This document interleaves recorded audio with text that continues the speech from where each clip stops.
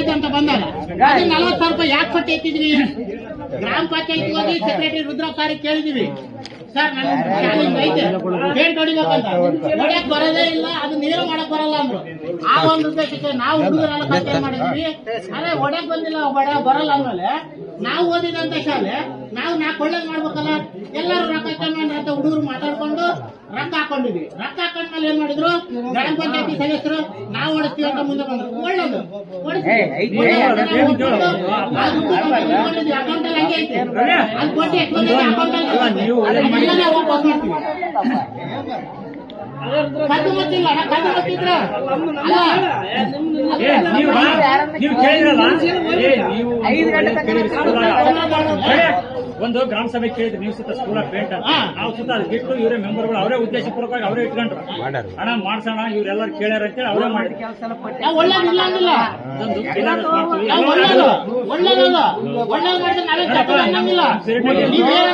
ಪ್ರಶ್ನೆ ಮಾಡೋದೇ ತಪ್ಪು. ಪ್ರಶ್ನೆ ಮಾಡೇ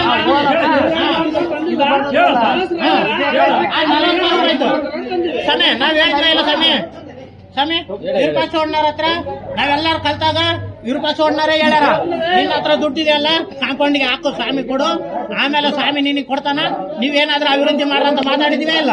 ಅದ್ರ ರೆಕಾರ್ಡ್ ನನ್ನ ಹತ್ರ ಇದೆ, ಗೊತ್ತಿಲ್ಲ ಅದು. ನೀವು ಅದನ್ನ ಇಟ್ಕೊಂಡು ಆಟ ಗುಡಿಗೆ ಎಲ್ಲರೂ ಕೊಡ್ತಾರ, ಶಾಲೆಗೆ ಯಾರು ಕೊಡಂಗಿಲ್ಲ. ಗೌರ್ಮೆಂಟ್ ಎಲ್ಲಿ ಕೊಡ್ತತೆ? ಇಲ್ಲ ಅಂತ ಅವ್ರೇ ಹೇಳಾರ, ವಿಡಿಯೋ ಕೊಡೋಣ, ಗೊತ್ತಿಲ್ಲ ಇಲ್ಲ ಅಂತ ಅವ್ರೇ ಹೇಳಾರ, ವಿಡಿಯೋ ಕೊಡೋಣ. ವಿಡಿಯೋ ಯಾಕೆ ಮಾಡ್ತೀವಿ? ಅದೇ ಉದ್ದೇಶಕ್ಕೆ ವಿಡಿಯೋ ಮಾಡೋ ಉದ್ದೇಶ ಅದೇ. ನೀವು ನೋಡ್ರಿ, ಹೇಳಿಲ್ಲ ಅಂತ ಹೇಳ್ತಿದ್ರಿ, ಹೇಳಿದೀವಿ ಅಂತ ನಾವು ವಿಡಿಯೋ ಕೊಡ್ತೀನಿ. ನೀವು ಹೇಳಿದೀವಿ ಅಂತ ನಾವು ವಿಡಿಯೋ ಕೊಡ್ತೀನಿ. ಈಗ ವಿಡಿಯೋ ಮಾಡೋ ಉದ್ದೇಶ ಅದೇ.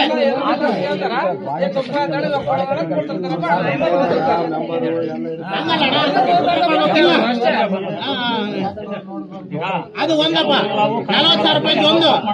ನಾವು ಪದೇ ನಮ್ಮ ಗ್ರೂಪ್ ಅಲ್ಲಿ ಮಾತಾಡ್ತಿದ್ವಿ. ನಾವು ಆ 40,000 ರೂಪಾಯಿ ಏನ್ ಮಾಡೋಣ ಅಂತ ಯಾರು ಮುಂದೆ ಬರ್ತಾ ಇಲ್ಲ. ಹೇಳ್ದಂತೆ ಇಲ್ಲ, ಹೇಳ್ತು ಅಂದ್ರೆ ಇಲ್ಲ, ಅದೇ ಇಲ್ಲ. ಹೇಳಿದ್ರೆ ನಾವು ಹೋಗಿದ್ವಿ ನ್ಯಾಯಾಧೀಶರ ಹತ್ರ, ಉಪ ಲೋಕಾಯುಕ್ತರ ಹತ್ರ ನಾವು ಹೋಗಿ ನಾವು